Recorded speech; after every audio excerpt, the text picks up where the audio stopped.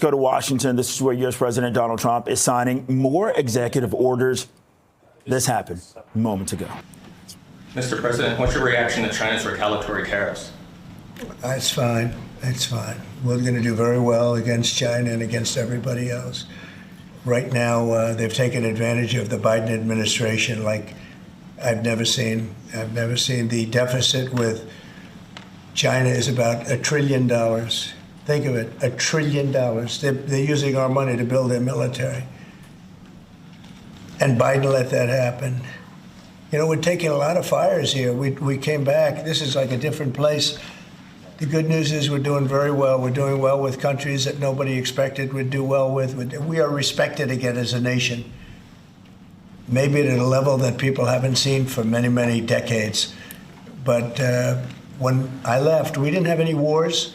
I defeated ISIS, 100% of the ISIS caliphate, and now the world seems to be ready to blow up, but we'll see if we can stop it. Mr. President, have you reached out to the Iranians about any kind of deal to start those discussions? I would reach out. I mean, I have nothing. I say I'm one that doesn't care whether I reach out or they reach out. A lot of people say, let them reach out, sir. To me, it doesn't matter. It's just talk. But I want to see everybody do well. I want to see great countries, and I want to see peace in the Middle East and elsewhere. We're also working very hard with respect to Russia, Ukraine. That's a bloodbath. It's a total bloodbath. What's going on there is incredible. What's going on with the soldiers, young soldiers being killed by the thousands.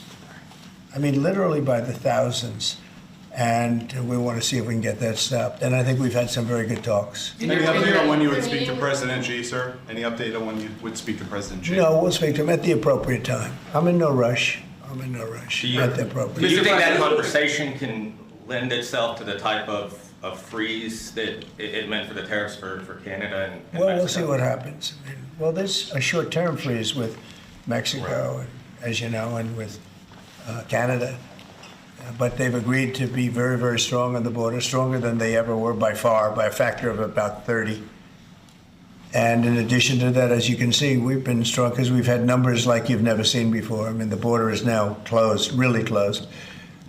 And with that being said, we're letting good people come through, and we want good people to come into our country. But the border is closed. In your talks with Prime Minister Netanyahu today, do you intend to press him about how many deaths there have been amongst Palestinians? Are you concerned about that death? I talk about that too. You know, both sides mean a lot. I talk about that. I talk about the other side. I talk about everything.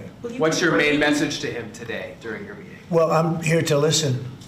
He's here to see me, and I'm here to listen. So, will you continue to press? At the right time, I'll give him my message. Mr. President, will you continue to press for this idea that Jordan and Egypt take Palestinians from Gaza? Yeah, I would like to see Jordan. I'd like to see Egypt take some look. The Gaza thing has not worked. It's never worked, and I feel very differently about Gaza than a lot of people. I think they should get a good, fresh, beautiful piece of land, and we get some people to put up the money to build it and make it nice and make it habitable and enjoyable and somewhere else. make it a home. They don't want to leave, though. Palestinians say they don't want to leave. I don't know how they could want to stay. It's a demolition site. It's a pure demolition site. If we could find the right piece of land or numerous pieces of land and build them some really nice places with plenty of money in the area, that's for sure. I think that would be a lot better than going back to Gaza, which has had just decades and decades of death. Where would those pieces of land be? Well, they could be in Jordan, and they could be in Egypt, and they could be in other places. You could have more than two, more than one, but you could have more than two. And you'd have people living in a place that could be very beautiful and safe and nice. Gaza's been a disaster for decades. Would the U.S. pay for that? I don't think the UN would pay, but I think there's plenty of people that would in the area. They have a lot of money. They certainly have a lot of money. Some of the countries over there, they'd like to see it. I know that Saudi Arabia wants to see peace. I can see that. And many of the countries there, as far as I'm concerned, they all want peace. I think, maybe I'm wrong on this, but I think Iran would like to see peace too. They've had enough. Don't you think they've had enough? But the leaders of Egypt and Jordan have said bluntly they have no interest in doing this. Well, they may have said that, but a lot of people said things to me.